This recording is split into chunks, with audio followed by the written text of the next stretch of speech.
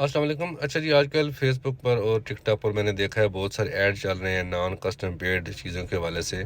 जी मेरे भाई, हमारे पास हायर और डोलस की फ्रीजर का न्यू स्टॉक आ गया। स्मॉल साइज की 20,000 रुपए की मिलेगी, मीडियम साइज 25,000 रुपए की और फुल साइज की 30,000 रुपए की मिलेगी। इसको लेने के लिए नीचे व्हाट्सएप के बटन के ऊपर क्लिक करके आप हमारी व्हाट्सएप पर आ जाएं। उसके अलावा टीसीएल की 85 इंच की एलईडी 30,000 रुपए की मिलेगी 4K एंड्रॉइड, और वॉशिंग मशीन 20,000 रुपए की मिलेगी। ऑटोमेटिक हायर का 1 टन का एसी 20,000 रुपए का मिलेगा, 1.5 टन का 25,000 रुपए का, 2 टन का 30,000 रुपए का मिलेगा। लेने के लिए नीचे व्हाट्सएप के वैसे बटन के ऊपर क्लिक यार, ये नौसरबाज़ हैं, ये फ्रॉडी हैं, इनसे बचें। ये आपसे advance payment, half payment advance लेने के नाम पर ये आपकी पेमेंट लेकर भाग जाएंगे, गायब हो जाएंगे, आपका नंबर आगे से ब्लॉक कर देंगे।